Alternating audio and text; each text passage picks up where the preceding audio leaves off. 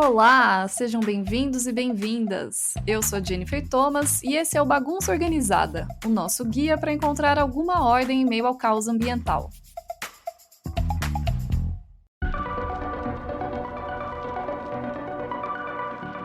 Ao pensar em um novo produto, uma empresa pode escolher entre dois caminhos. O primeiro é linear: extrair um recurso da natureza, produzir, vender e descartar.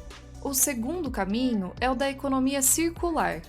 Desde a concepção do produto, o objetivo é eliminar a geração de resíduos e de poluição, circular produtos e materiais no seu valor mais alto e regenerar a natureza. Para conversar comigo sobre os desafios e o potencial da economia circular, hoje eu estou com a líder da Fundação Ellen MacArthur na América Latina, Luísa Santiago. Luísa, seja bem-vinda. Conta um pouco pra gente sobre quem é você. Olá, tudo bem, Jennifer? Obrigada pelo convite. Eu sou Luísa Santiago, sou líder da Fundação Ellen MacArthur na América Latina há quase 8 anos. Estabeleci a fundação que tinha começado seus trabalhos em 2010 e trabalhou somente na Europa até 2015. Em 2015 eu estabeleci a fundação aqui, inicialmente com foco só em Brasil e depois expandindo para a América Latina. Trabalho, enfim, antes disso trabalhei com temas de sustentabilidade, trabalhei em consultoria numa multinacional com clientes em diversas indústrias e, enfim, implementando projetos de sustentabilidade, desde indústrias de recursos naturais a parte mais de governos também, e indústrias de produtos. Então, acumulei aí um pouco desse conhecimento quando ali, né, na minha trajetória profissional, eu comecei a enxergar esse tema da economia circular, que era um tema muito novo naquela época, como um horizonte diferente do tema da sustentabilidade, um horizonte que me olhava para a transformação do sistema econômico e não para a redução do problema do sistema econômico como ele é hoje, né, predominantemente linear. Também tenho um mestrado em práticas em desenvolvimento sustentável, uma pós-graduação em gestão ambiental e sou formada em comunicação social. Luísa, para a gente começar a entender esse conceito, o que é a economia circular? Economia circular é uma forma da gente olhar para um novo sistema econômico que se baseia em 3 princípios: elimina a poluição e o resíduo desde o princípio, circula materiais e produtos em seu mais alto valor e regenera a natureza.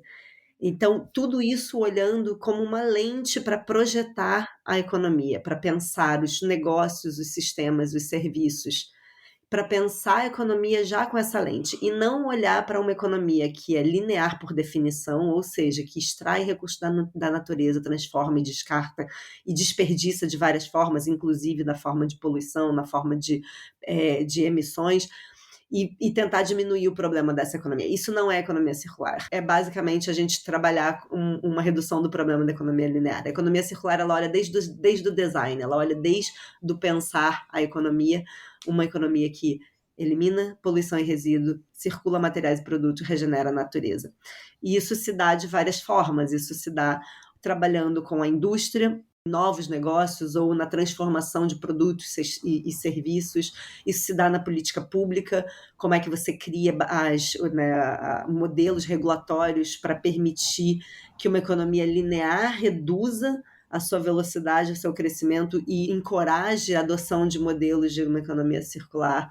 Isso se dá na inovação, de uma maneira geral, como é que você pensa novos materiais, novos modelos de negócio, como é que você pensa novas cadeias de valor, a reorganização de sistemas para poder colocar em prática a economia circular. Então, é um conceito amplo, né, e que, em última instância, faz frente a grandes desafios da humanidade, porque quando a gente olha esses grandes desafios, a crise climática, a crise da perda de biodiversidade, a crise da poluição, na causa raiz de todos esses desafios está uma economia linear, que extrai, transforma, desperdiça. Então, para você fazer frente a essas grandes crises, não adianta você olhar no final ali, né? Ah, tem uma poluição sendo gerada, vamos lidar com esse problema. Ah, temos emissões sendo geradas, como a gente reduz? A gente precisa olhar para a causa raiz, e a causa raiz é o sistema econômico linear. Então, a economia circular, no fim das contas, ela dialoga e faz frente como uma solução sistêmica para todos esses grandes desafios. No Brasil, por exemplo, né, você citou agora essa questão da poluição, a gente ainda tem muitos desafios, né, para serem superados. Por exemplo, acho que a cadeia do plástico é a mais clara, né, na cabeça de todo mundo. Acho que é um exemplo que foi bem trabalhado nos últimos anos, que é pouco reciclado no Brasil. Tem vários outros materiais que acabam em lixões, né, em aterros. Então, como que a gente pode avançar na implementação dessa circularidade no Brasil? Você mencionou o plástico, mas que bom que você trouxe também muitos outros materiais, e eu queria expandir um pouco essa noção. O problema todo da poluição, do desperdício, ele vem por conta da forma como esse sistema está desenhado. O problema não é o plástico, o problema é o sistema em que o plástico circula. Também passa muito, por exemplo, pela produção de alimentos. A gente tem uma produção de alimentos que é extremamente tóxica, e que, inclusive, tem responsabilidade muito grande na perda de floresta, perda de biodiversidade, né, no desmatamento. Então, a gente precisa olhar para a implementação de uma forma muito sistêmica, muito holística, né? É importante a gente primeiro, no Brasil, conceituar esse tema, né, do ponto de vista correto, dessa ideia mais ampla, né? Então, hoje o Brasil, ele é um país que está, né, comparando com a América Latina, ele está vários passos atrás do que outros países da América Latina, né? Então, se a gente olha, por exemplo, para o Chile, que desenvolveu um roadmap de economia circular para transformar toda a sua economia, né? Foi um processo extremamente robusto, interministerial, intersetorial, de olhar para a economia e falar: somos um país extremamente dedicado à mineração, dependente da mineração, temos sérios casos de poluição, perdas, né, da nossa biodiversidade. Então, como é que a gente transforma a nossa economia com esse olhar de futuro, uma economia que seja de baixo carbono, uma economia que não polua, né? Você tem outros países da América Latina que fizeram isso, a Colômbia, Peru, de certa forma, a Costa Rica, enfim. Então, assim, o ponto de partida é trazer esse tema para um olhar estratégico, né? Então, como que um país como o Brasil pode olhar para um lugar correto de aqui é nossa nova fronteira de crescimento econômico, né? E existem formas de fazer isso. Existe hoje uma tramitação de um projeto de lei sobre economia circular para trazer essa conceituação para o legislativo, mas existem também iniciativas desde o Poder Executivo para trazer estratégias de transformação da indústria, né? Um olhar mais holístico sobre a indústria, que envolva a agroindústria, que não seja só a indústria na manufatura, mas também que envolva a agroindústria, é super importante, é necessário.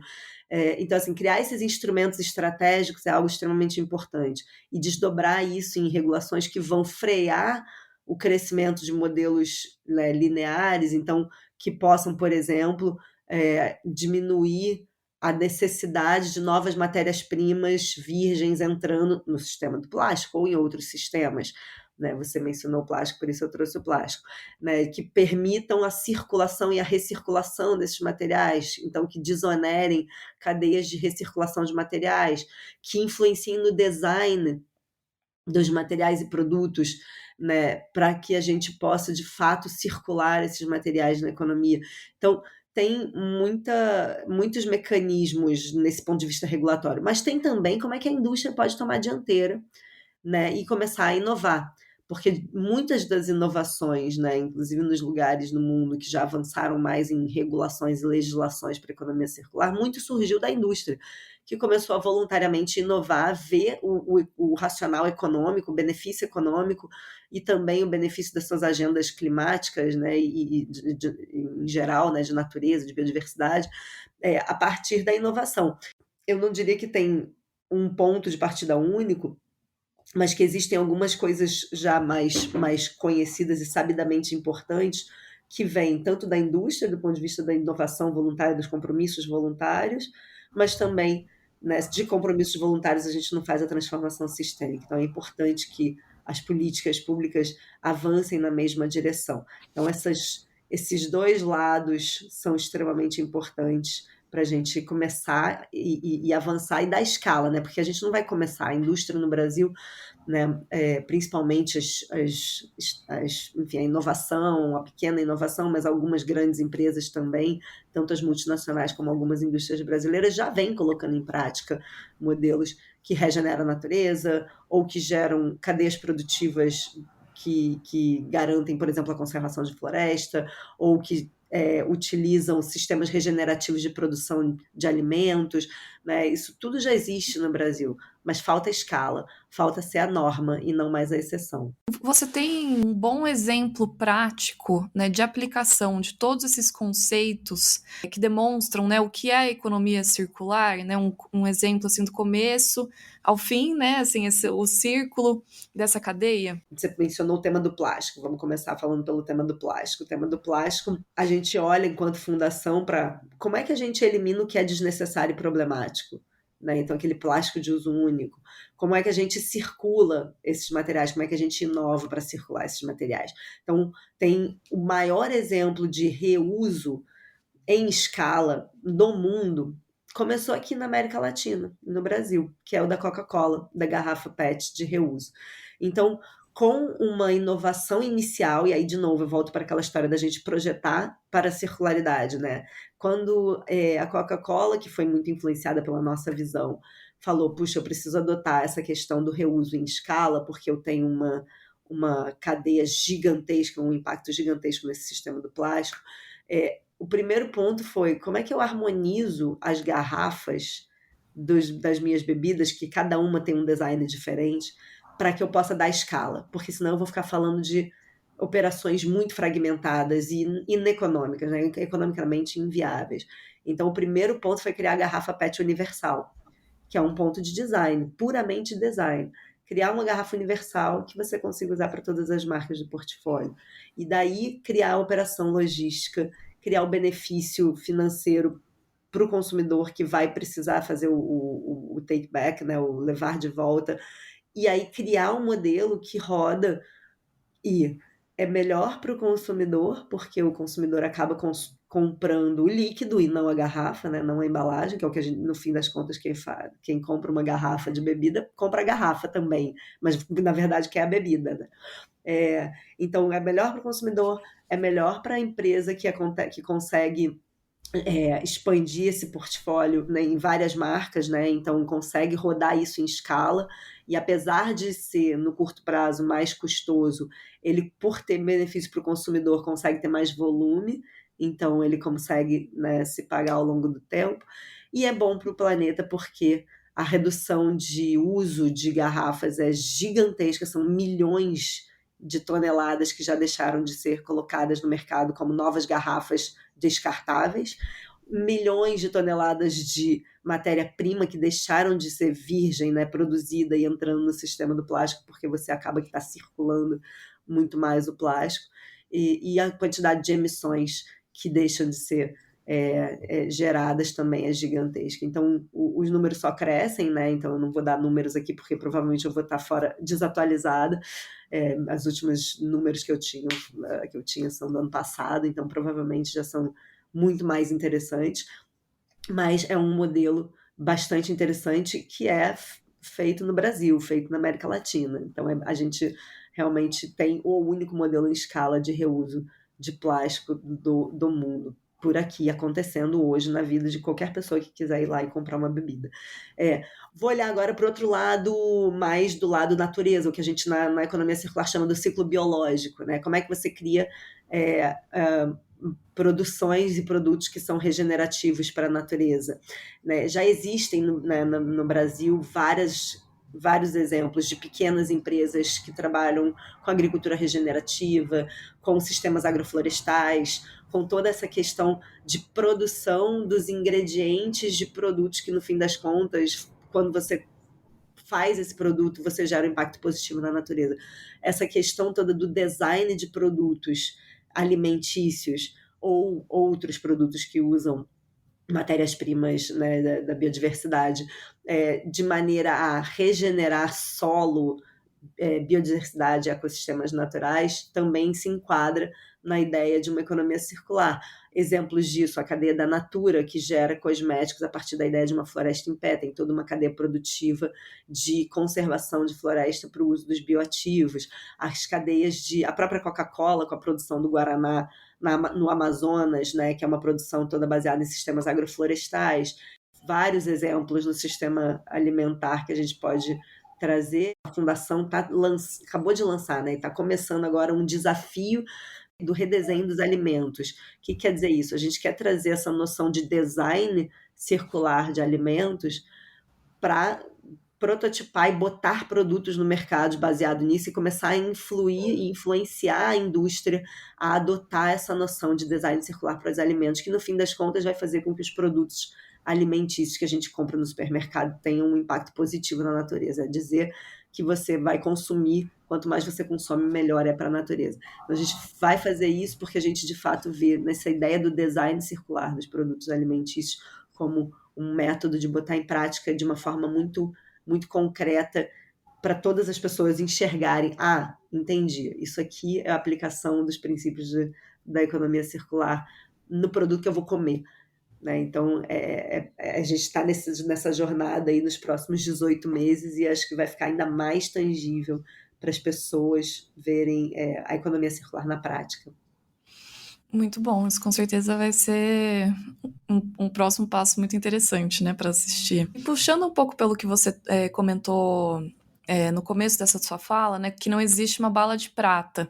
Quais são as limitações da economia circular? Né? Quais são também os gargalos que existem? Limitações da economia circular, vamos lá. A gente está falando de uma economia material, principalmente, em que a gente olha e entra no sistema econômico pelo ponto de entrada das transações de materiais. Algumas limitações. Primeiro, existem infraestruturas, regulações, as regras do jogo e o campo do jogo da economia hoje são totalmente alinhados a uma economia linear.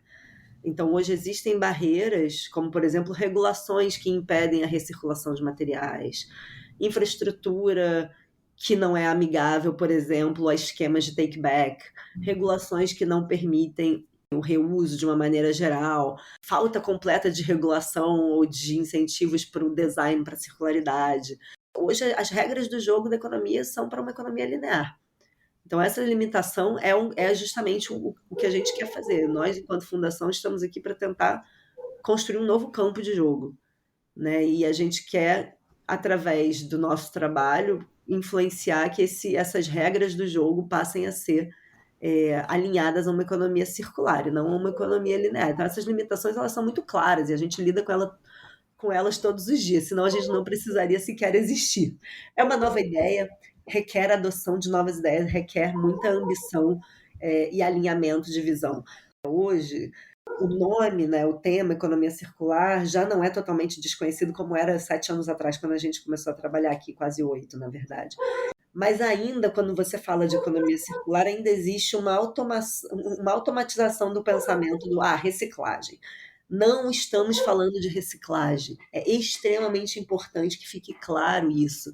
Reciclagem, como ela é feita hoje, ela é uma estratégia dentro de uma economia linear, porque você precisa da geração do resíduo, você precisa de uma produção linear, uma produção e consumo num sistema linear para fazer reciclagem. E a gente não vai fazer frente aos problemas que o nosso sistema econômico linear causou reciclando. Então, não estamos falando de reciclagem, é extremamente importante quebrar essa barreira. Isso é, hoje, um dos maiores limitantes do avanço da economia circular. É essa visão restritiva, restrita, entendimento restrito e limitado do que é a economia circular, olhando para o que a gente chama do downstream, né? Olhando para o fim do problema. Então, a economia circular ela é uma questão de design, é a gente olhar para o início da questão. Então, acho que a gente pode, enquanto fundação, a gente tem um papel muito grande também, né, de emplacar essa visão mais ampla. Acho que a imprensa também, os comunicadores em geral também têm esse papel. Por isso estamos trabalhando também com a imprensa e com os comunicadores para expandir esse conhecimento. E aí eu acho que eu diria um último, mas que provavelmente não é exaustivo, que é a minha lista de limitações, é o quanto de capital flui em direção a uma economia circular versus ao que vem fluindo a uma economia linear, né? Então a gente realmente precisa crescer o investimento na economia circular, porque o crescimento econômico precisa se direcionar para uma economia circular para a gente colocar o nosso país, enfim, o planeta, numa trajetória de uma economia de baixo carbono, uma economia que regenera a natureza, uma economia que não polui. Então, é importante colocar e redirecionar investimentos, e para isso é preciso tudo isso que eu falei, né? É preciso que as regras do jogo estejam alinhadas, é preciso que o conhecimento e o entendimento, né, as taxonomias no mundo do investimento sejam taxonomias adequadas e não vamos colocar dinheiro em waste to energy, né, a geração de energia a partir de resíduo. Muita gente acha que isso é economia, não é, isso é uma economia linear, colocar dinheiro em geração de energia a partir de resíduo é extremamente linear e é um problema. Então, é um problema para a transição para uma economia circular. Então, colocar essa taxonomia, esse entendimento do que de fato é a economia circular e onde o dinheiro precisa entrar para investir nessa transição. Puxando também por esse ponto que você trouxe sobre o entendimento do conceito, porque realmente, né, tudo isso traz a ideia de coisas, né, plástico, embalagem, roupa, coisas que são descartadas em algum momento do fim de vida útil delas. Mas na fundação, né, vocês também já falam bastante sobre a economia circular, que também inclui o meio ambiente e a biodiversidade. Como que é, né, aplicar a economia circular pensando em biodiversidade, por exemplo? O que é isso? Dá para a gente pensar de algumas formas, dá para a gente pensar como é que você aplica os princípios de uma economia circular nos sistemas do que a gente chama do ciclo técnico, né? Daqueles materiais finitos, né? Então, vamos pensar aí no plástico, nos eletrônicos, né? Enfim, nas estruturas. Como é que você, aplicando princípios de uma economia circular nesses, né? E vamos lembrar os princípios da economia circular: eliminar poluição e resíduo, circular materiais e produtos, regenerar a natureza. Aplicando nesses sistemas, nesses setores, você reduzir a necessidade de extração de matérias-primas, é um vetor muito importante para poder deixar espaço para a natureza prosperar. Né? Então, se eu mantenho os produtos materiais em circulação, automóveis, computadores, embalagens, eu preciso extrair menos novos recursos para poder alimentar esses sistemas. E isso quer dizer menor impacto da fase de exploração de recursos naturais, que quer dizer menor impacto na biodiversidade. Então, você dá espaço para a natureza prosperar. Mas você pode também olhar para o lado do ciclo biológico, ou mesmo onde se dialogam, né, esse ciclo técnico e biológico ali nos novos materiais, e pensar que toda a produção desses novos materiais, ou dos sistemas alimentares, ou das cadeias, né, eu mencionei aqui antes, que lidam com ativos da biodiversidade, pensar aplicando aquele terceiro princípio super importante: regenerar a natureza. Né? Então, a produção de alimentos, que ela seja regenerativa à natureza. Né? A nossa própria iniciativa do desafio Grande Redesenho de Alimentos, que eu mencionei agora há pouco, ele olha para como que, aplicando os princípios do design circular de alimentos, você consegue recompor biodiversidade ao escolher uma seleção de ingredientes que sejam produzidos de maneira regenerativa, que sejam mais biodiversos, que causem menor impacto ao ambiente. Então, é você recompor biodiversidade ao projetar esses sistemas. É você pensar, por exemplo, olhando para o mundo da moda, né? Você mencionou roupas, pensar fibras que, ao serem produzidas, elas regeneram solo, elas capturam carbono, elas podem ser de outras fibras, de outros materiais, então aumenta a própria biodiversidade utilizada nessas fibras. Né? Então, eu olharia desses dois lados, sabe? Por um lado, de garantir que os materiais e produtos finitos circulem e, portanto, a gente reduz a exploração de novos materiais finitos, que acaba sendo uma grande fronteira de impacto na biodiversidade, e também reduza o desperdício e, portanto, a poluição deles, o que é outro grande impacto na biodiversidade.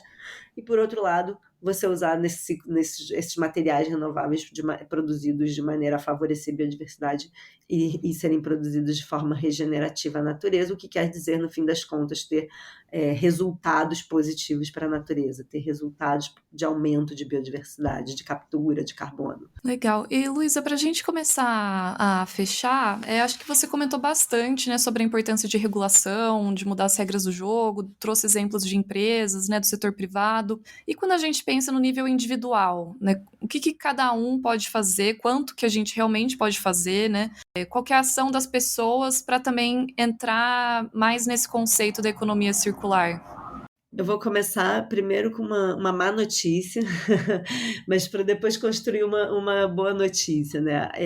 A má notícia é mais que nada uma reação a uma história que há muito tempo é falada, né, as suas escolhas individuais podem mudar o mundo, consuma produtos verdes. Nada disso vai mudar o sistema. A gente não vai, como consumidor, nesse papel de consumidor, não tem o poder de mudar o sistema nessa escolha da compra, porque o sistema oferece coisas que não são alinhadas a esses princípios numa economia circular, né. Então, é muito perverso colocar na mão do consumidor o papel de mudar o sistema e não só perverso, não vai fazer a diferença, né, essa é a verdade. O que a gente precisa construir é a noção de que, os atores que colocam esses produtos e oferecem esses produtos, esses sistemas, esses serviços, precisam redesenhar os sistemas em que esses materiais, esses produtos circulam.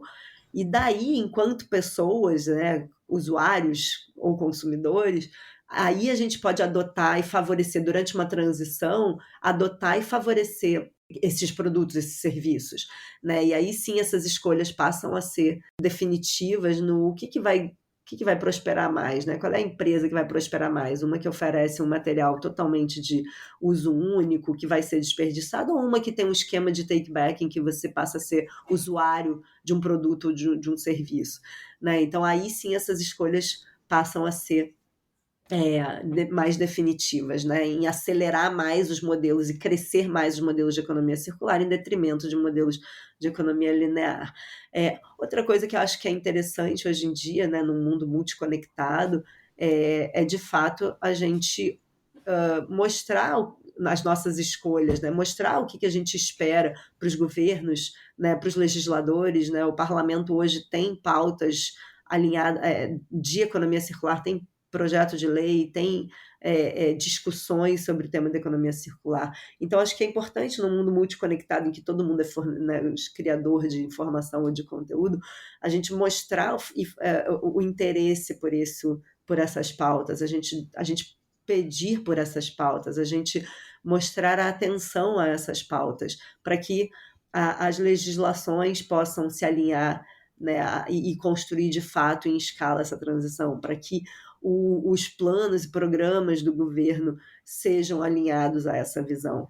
Então, acho que a gente tem esse lugar hoje de escolha ou de mostrar e manifestar essas nossas escolhas para esses entes mais reguladores, né? Então é importante também. Então eu começo só tentando quebrar aquela lógica do você com as suas escolhas de consumo vai mudar o mundo. Não, não vai, desculpa, essa é a má notícia, né? Porque se o sistema não oferece a possibilidade né, de novas coisas, ou se oferece por preços muito caros, também isso não vai mudar o sistema. Mas, por outro lado, sim, a gente tem papel de adotar mais rapidamente nessas escolhas quando elas venham para o mercado e de pressionar para que a gente tenha essas novas regras do jogo favorecidas do ponto de vista das regulações e dessas normas que regem o sistema econômico. Muito bom. E isso também tira a culpa, né? Porque sempre que coloca a discussão no nível individual, né, nas ações de cada um, a gente se sente culpado pelo canudo, mas o problema é muito maior, né? Exatamente. E nem adianta ficar banindo só o canudinho, né? A gente bane o canudinho e todo mundo celebra, e no fim das contas a gente tem uma série de materiais passando atrás, né? O elefante passando atrás sem que a gente veja quando a gente está celebrando até mesmo um banimento de canudinho. Que dirá uma escolha de não tomar um canudinho no suco quando o canudinho está ali sendo ofertado, né? Então, assim, não é essa escolha individual a culpada pelo sistema linear poluidor, né, e intensivo em degradação ambiental. É muito maior do que isso. E a gente tem como fazer parte desse novo sistema ao passo que ele começa a se redesenhar. Muito bom. Luísa, foi um prazer ter essa conversa com você. Muito obrigada por participar aqui do nosso podcast. Obrigada a você pelo convite, foi um prazer também. Chegamos ao fim do nosso episódio. Muito obrigada a quem nos ouviu até aqui e também ao Edgar Maciel, que assina a edição de áudio desse podcast. Sigam o Nosso Impacto nas redes sociais para acompanharem os próximos episódios. Até a próxima!